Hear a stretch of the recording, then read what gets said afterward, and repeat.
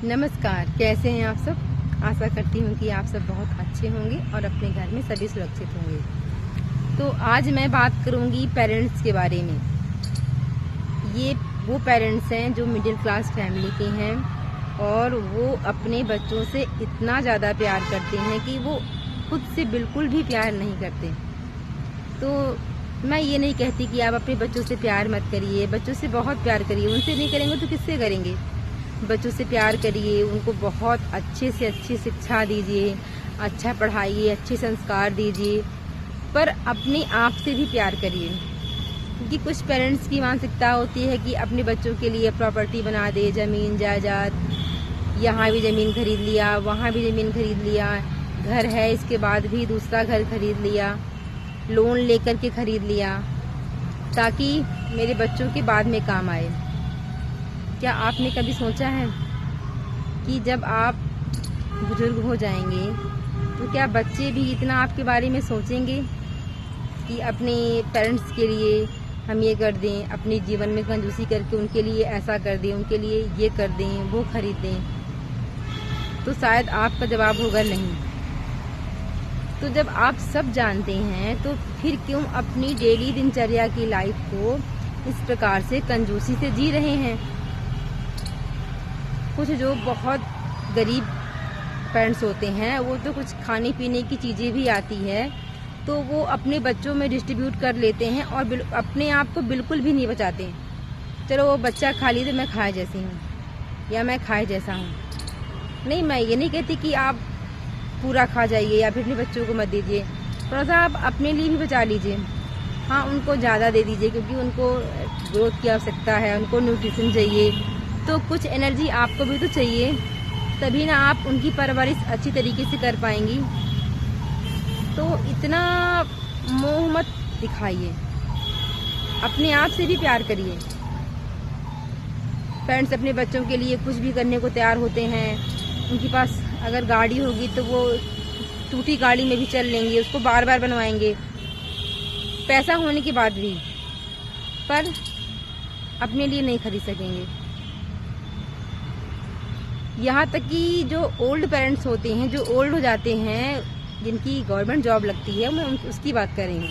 तो मान लो किसी पेरेंट्स की गवर्नमेंट जॉब लग गई है और वो गवर्नमेंट जॉब कर रहे होते हैं, फिर वो रिटायरमेंट हो जाते हैं और फिर रिटायरमेंट के बाद जो पैसे मिलते हैं तो उनको रखे रहते हैं, अपने ऊपर खर्च नहीं करते हैं कि मेरे बच्चों के काम आएगा।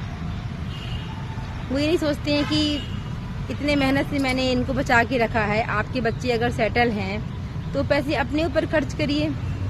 वो अपनी वाइफ को कंजूसी से जीवन बिताने के लिए कहेंगे पर खर्च नहीं करेंगे, भले चाहे उनकी वाइफ उनसे कितना भी लड़े कि भाई मुझे ये चाहिए, मुझे वो चाहिए। आपके साथ जीवन भर जो आपकी वाइफ साथ में है तो आपको उसका ध्यान रखना चाहिए। सयानी हो गई है, अभी तक तो आपने उसको कंजूसी से अपना जीवन बिताने के लिए कहा, उसने पूरा किया, बच्चे बड़े हो गए हैं, सेटल हो गए हैं, तो आपकी प्रायोरिटी है कि आप उसका ध्यान दीजिए। आखिर आपके साथ तो बच्चे ही अभी तो नहीं रह रहे हैं, वाइफ ही आपकी रह रही है, अब सयानी हो गई है तो आपको उसका ध्यान रखना चाहिए। तो अपनी सोच को बदलिए, अपने आप से भी प्यार करिए, क्योंकि सेल्फ रिस्पेक्ट, सेल्फ लव बहुत ज़रूरी है। सबसे प्यार करना चाहिए, सबसे अच्छे से बात करो। एक पति को भी अपनी पत्नी से अच्छे से बात करना चाहिए और पत्नी को भी अपने जो हस्बैंड है उससे अच्छे से बात करना चाहिए, अपने बच्चों से अच्छे से रहना चाहिए। अगर आप घर में अच्छे से रहेंगे तो आपको जीवन में अच्छा लगेगा, खुशी मिलेगी। हाँ, कभी कभी ऊपर नीचे हो जाता है पर हमेशा नहीं। और लोग, मुझे समझ में नहीं आता, लोग इतना पैसा जोड़ते हैं, इतनी संपत्ति बनाते हैं। मतलब आजकल जीवन में बिल्कुल भी सिक्योरिटी नहीं है कि कब क्या हो जाए। हर दिन इंसान का नया होता है, तो क्यों इतना जोड़ना।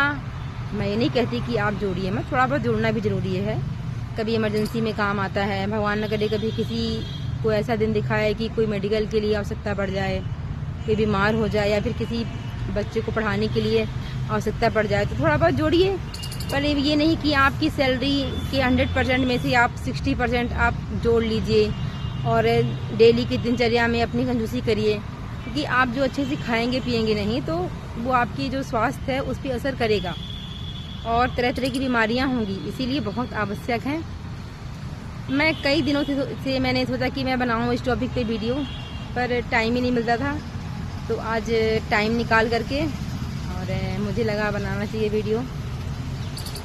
और लाइफ में बहुत ज़्यादा आवश्यक है कि इंसान अपनी लाइफ में अच्छे से जिए, खुशी से जिए, और उसके लिए ज़रूरी है तालमेल बनाना, घर में अच्छे से रहना। क्योंकि जीवन में इंसान सब कुछ पा सकता है, पर अगर समय निकल जाता है तो वो समय को कभी वापस नहीं पा सकता है। इसीलिए मेरा मानना है कि इंसान को ऐसा व्यवहार किसी के भी साथ करना चाहिए ताकि उसको खुशी मिले। क्योंकि ये मुंह ही ऐसा हुआ है जिससे कि आप किसी पराये को भी अपना बना सकते हैं और अपने को पराया बना सकते हैं। तो जब भी किसी से बात करें, बहुत प्यार से बात करें, अच्छे से बात करें, सबके साथ अच्छा व्यवहार करें, किसी के दुख को समझें, किसी की तकलीफ़ को समझें, किसी के दर्द को समझें कि अगर मेरे साथ ऐसा होता तो मुझे कैसा लगता। और दूसरा, बच्चों के लिए भी यही कहूँगी कि जब बच्चे बड़े हो जाएं तो अपने पेरेंट्स की रिस्पेक्ट करें और वो ये सोचे कि वो जिस मुँह से अपने पेरेंट्स से झगड़ा कर रहे हैं तो बोलना उन पेरेंट्स ने ही सिखाया है। और मतलब पेरेंट्स की क्या वैल्यू होती है, मतलब पेरेंट्स क्या करते हैं, वो तो एक पेरेंट्स होने के बाद ही समझ में आता है। तो ऐसा करिए ताकि जब आप पेरेंट्स बने तो आपको लगे कि हाँ, आपने अपने पेरेंट्स के साथ अच्छा किया, अच्छे से रहा, अच्छा बर्ताव किया। और नहीं, आप खुद सेटिस्फाई होना बहुत आवश्यक है कि जो आप अपने बच्चों से अपने लिए अपेक्षा करें वही आपको अपने पेरेंट्स के साथ करना चाहिए।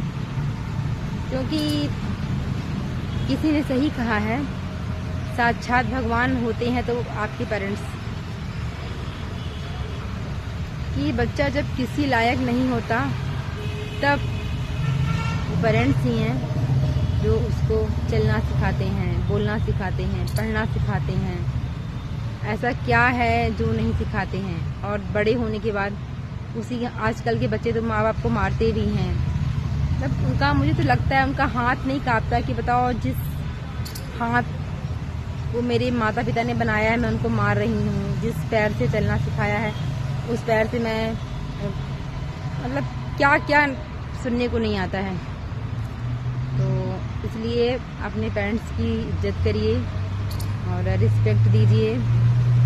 क्योंकि आपको जैसे लगता है कि आपका बच्चा आपकी रिस्पेक्ट करे, वैसे उनको भी लगता होगा, उनकी अपेक्षाएं हैं आपसे।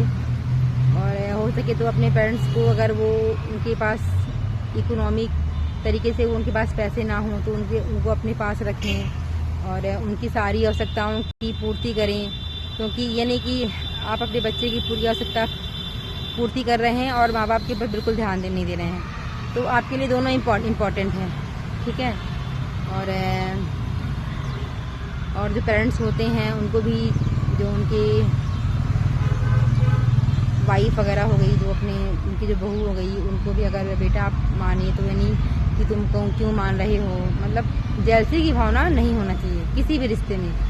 क्योंकि जीवन में सबसे बुरी चीज़ है ईर्ष्या, क्रोध, घमंड।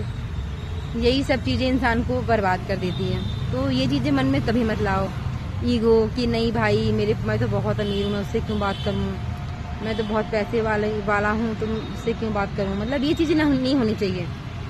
मतलब कोई भी हो, चाहे आपसे छोटा भी घर में आपके आए ना, मजदूर भी आए ना, तो आप उससे वैसे ही बात करें जिससे, जैसे कि आप किसी बड़े आदमी जो आपके घर आता है, कोई बहुत बड़ा पद वाला, उससे बात कर रहे हों। वो तो ये होती है मानवता। क्योंकि आप सच में अगर किसी गरीब से अच्छे से बात करके देखिए ना, आपको इतना सुकून मिलेगा, इतना सुकून मिलेगा कि बहुत खुशी मिलेगी। मतलब किसी को प्राउड फील करवाना कि कोई ये ना समझे कि भाई नहीं मैं तो छोटा हूँ, मैं तो आपके लायक नहीं हूँ, मतलब किसी के अंदर ऐसी भावना न आए। ऐसा इंसान को करना चाहिए।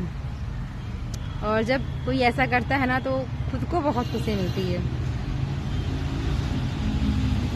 एक स्टोरी आपको सुनाना चाहूँगी कि एक बार क्या था कि एक गरीब ब्राह्मण और ब्राह्मणी भोजन कर रहे थे। तो एक गरीब भिखारी आया और उसने कुछ खाने के लिए मांगा। अब ब्राह्मण जी ने अपनी थाली उस गरीब को दे दिया। अब वो खा करके चला गया। फिर अंदर रोटी मांगने के लिए और गए तो पंडितानी ने बोला कि सिर्फ 2 रोटियां बची हैं बस, और छोटी सी सब्जी जो उन्होंने अपने लिए बचा रखी थी। तो वो सुन लिया उसने, तो बोला नहीं मुझे कुछ नहीं चाहिए, उस भिखारी ने कहा। तो फिर क्या हुआ, तो पंडित जी बोले नहीं भाई आपको और चाहिए, मुझे ऐसा लग रहा है। तो उन्होंने एक रोटी और दे दी। फिर उसके बाद पंडित जी और पंडितानी ने उसी में से एक रोटी में से आधा आधा खाया, और उसके बाद फिर क्या हुआ कि उसी में से बांट के आधा थोड़ा सा चावल, थोड़ा सा आधी रोटी जो सब्जियां बची थी उसी में से बांट करके खाया। और फिर हाथ धोने गए वो, तो एक नेवला था तो उस पर पानी गिर गया उनका हाथ धुला हुआ। तो उसका नेवला का जो आधा भाग है वो सोने का हो गया। और इधर युधिष्ठिर भी यज्ञ कर रहे थे। तो उस नेवला ने बोला कि पंडित जी आपने मुझे आधा सोने का कर दिया है, आपके हाथ धुलने से मेरी आधी बॉडी सोने की हो गई है, तुम और हाथ धुल दीजिए तो पूरा हो जाए। तो उन्होंने कहा कि युधिष्ठिर के यहाँ यज्ञ हो रहा है, आप वहाँ जाइए, वहाँ कई ब्राह्मण आएंगे, आप उनको भोजन करने के बाद जब वो हाथ धुलने आएंगे तो आप वहीं बैठ जाइएगा। तो मान लीजिए कि अगर आपका पूरा रंग सुनहरा हो गया, सोने का हो गया, तो उनका यज्ञ पूरा हुआ। तो वो गया वहाँ पे नेवला, और उसके बाद क्या हुआ कि सभी ब्राह्मण भोजन किए और हाथ धुल रहे थे। तो वहीं जाके बैठ गया, फिर भी नहीं हुआ उसका पूरा शरीर सोने का।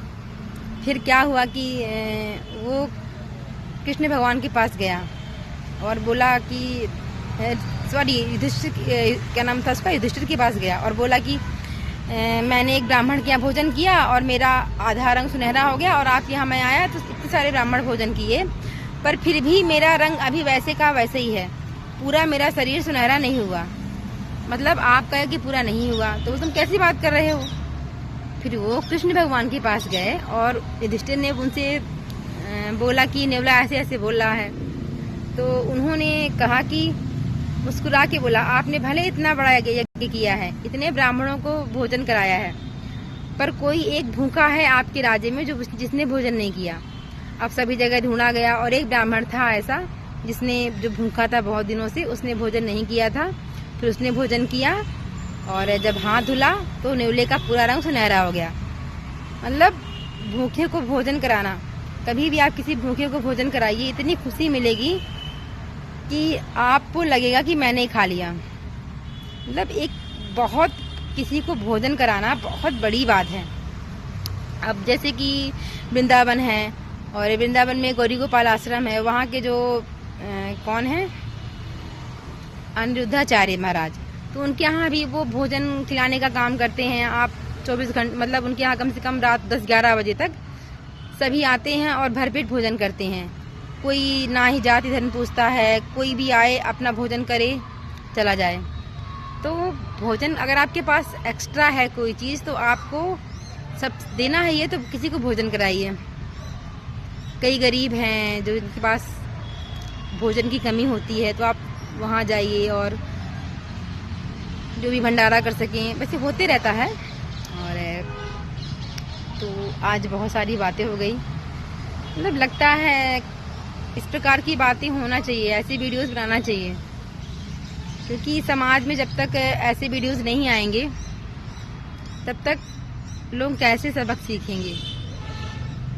क्योंकि मुझे पेरेंट्स के ऊपर बहुत ज़्यादा दया आती है, बहुत ज़्यादा। मतलब जब मैं सोचती हूँ कि बताओ एक मतलब पेरेंट्स कितने मुश्किल से बच्चों को पालता है, पोसता है, और बड़े होने के बाद उनको क्या मिलता है, अकेले रहना, अकेले घर का सारा काम करना।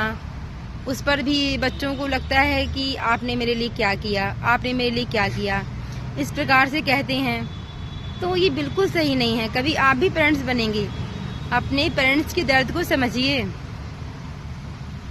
और पेरेंट्स की वैल्यू कीजिए कि भविष्य में आप भी कभी उस जगह पे खड़े होने वाले हैं। मैं ये नहीं कहती कि पेरेंट्स हमेशा अच्छे होते हैं, कुछ फ्रेंड्स में भी कमी होती है, वो भी पुराने ख्यालात के होते हैं, वो भी अपनी चीज़ों पे एकदम अडिग रहते हैं, उनको भी अपनी सोच बदलना होगा, ठीक है। क्योंकि समाज में कई बदलाव आ रहे हैं, कुछ बदलाव करना बहुत ज़रूरी है। मुझे बहुत दुख हुआ, अभी मैंने अफ़गानिस्तान का एक वीडियो देखा, उसमें एक महिला एकदम यहाँ तक घूंघट करके, वो भी अलग तरह के कपड़े पहने हुए थी, मुसलमान जैसे कपड़े होते हैं, वो बुर्का नहीं, कुछ अलग सा था। आप वीडियो में सर्च करिए, अफ़गानिस्तान विलेज लाइफ। मतलब इतनी गर्मी में चूल्हे में खाना बना रही थी, इतना बड़ा घूंघट की थी। वहाँ की मानसिकता ऐसी है, तो वो अपनी सोच नहीं बदल रहे हैं, तो अपनी सोच बदलना है, ठीक है। और इस प्रकार से जो कुरीतियाँ हैं समाज में, उनको हमें ख़त्म करना चाहिए। और कई प्रकार आजकल, दूसरी बात मैं एक और कहूँगी, आजकल शादियाँ हो रही हैं और शादियों के बाद भी लोगों के अफेयर्स हो रहे हैं, तो ये बहुत गलत है। शादी मतलब एक पवित्र रिश्ता है। अगर आपकी एक बार शादी हो गई, चाहे लड़का हो चाहे लड़की, तो दोनों को ये मन में सोचो कि भाई आपसे ही मेरे सब कुछ हैं और पूरी दुनिया मेरे लिए बहन है, पूरी दुनिया मेरे लिए भाई है। ये सोच मन में लाओ और उनके साथ अपने जो रिश्ते हैं एक लॉयल्टी लाओ, क्योंकि ये अफेयर इंसान को बर्बाद कर देता है, ठीक है। और आप सोच रहे हैं कोई चीज़ चोरी छुपे करेंगे तो पकड़े नहीं जाएंगे, क्योंकि सच्चाई आप सामने आएगी, घर में कलह होगा, तो ऐसा कभी नहीं करना चाहिए। आजकल वाइफ भी बहुत कोई कम नहीं रह गई हैं, वो भी एक से बढ़ के एक, उनका भी। और घर में भी आप प्रेम से रहिए, टाइम दीजिए अपनी फैमिली को, अपनी वाइफ से बात करिए, वाइफ हस्बैंड से बात करें, तालमेल रखें, डेली कम से कम 10-15 मिनट बात करना चाहिए, ठीक है। तो इससे बॉन्डिंग अच्छी होगी और सम्मान रखें, ताकि इस प्रकार से जो घटनाएं हो रही हैं ना हों। जब घर में ही आपको अच्छे से प्रेम मिलेगा, चाहे वो हस्बैंड हो चाहे वाइफ हो, और अगर ठीक है ना भी मिले तो इंसान को और भी तरीके हैं अपने आप को खुश करने का। ये बहुत गलत है। शादी करो तो एकदम लॉयल रहो, ठीक है, क्योंकि लॉयल्टी रिश्ते में बहुत ज़्यादा आवश्यक होती है। और इस प्रकार से हमें एक अच्छा समाज बनाना है। और क्या आपको मेरे विचार अच्छे नहीं लग रहे हैं? क्या मैं कोई गलत बोल रही हूँ? क्या करूँ? मैं भी एक पेरेंट्स हूँ और मैं भी चीज़ फील कर रही हूँ कि क्या होता है पेरेंट्स का दुख, इसीलिए मैंने आज ये वीडियो बनाया है। मतलब कई दिनों से मन हो रहा था कि इस प्रकार का वीडियो बनाऊँ मैं। आप देख रहे हैं नहीं देख रहे हैं, उसमें मैं क्या कर सकती हूँ, पर जो मेरी राय है उसको मुझे आप तक पहुँचाना है। और मैंने कभी ये नहीं कहा कि आप मुझे लाइक करिए, सब्सक्राइब करिए, ये करिए, क्योंकि मैं उस चीज़ सोचती ही नहीं हूँ, क्योंकि हर दिन इंसान का नया होता है, ठीक है। मैं आज आपके साथ लाइव हूँ, वीडियो बना रही हूँ, आप मेरी वीडियोस देख रहे हैं, क्या पता कल मैं इस दुनिया में ना हूँ। तो जब हर दिन नया होता है तो मैं क्यों बिना मतलब का अपने फ्यूचर के बारे में सोचूं कि मेरे पास ये हो वैसा हो। मैं प्रेजेंट में जीती हूँ, ठीक है। तो आप सब भी प्रेजेंट में जिए और अपने घर के लोगों की वैल्यू करिए, उनके साथ अच्छे से रहिए, बाहर के लोगों के साथ भी अच्छे से रहिए और अपने बच्चों को भी ये सिखाइए, क्योंकि तभी जा कर के एक हमारा अच्छा समाज बनेगा। तो सभी अपने घर में सुरक्षित रहिए और कभी किसी बाहर वाले के ऊपर एकदम से आंख बंद करके विश्वास मत करिए, कब अपना कोई पराया बन जाए पता नहीं चलता है, ठीक है। क्योंकि आजकल आप देख ही रहे हैं कैसे कैसे कांड हो रहे हैं, तो इसीलिए सतर्क रहना बहुत ज़रूरी है। जगह जगह गड्ढे हैं, फूंक फूंक के कदम रखना चाहिए इंसान को, तभी लाइफ सेफ रहेगी। तो आज के लिए इतना ही। आप सबका दिन रात सुबह शाम सब शुभ हो। सब अपने घर में प्यार से रहिए, अच्छे से रहिए और खुशी से रहिए, सब एक दूसरे की इज्जत करिए, यही मेरा आप सबको संदेश है। और फिर कभी मिलेंगे इसी प्रकार की नेक्स्ट वीडियो के साथ। जय श्री राम, जय श्री राधे कृष्ण।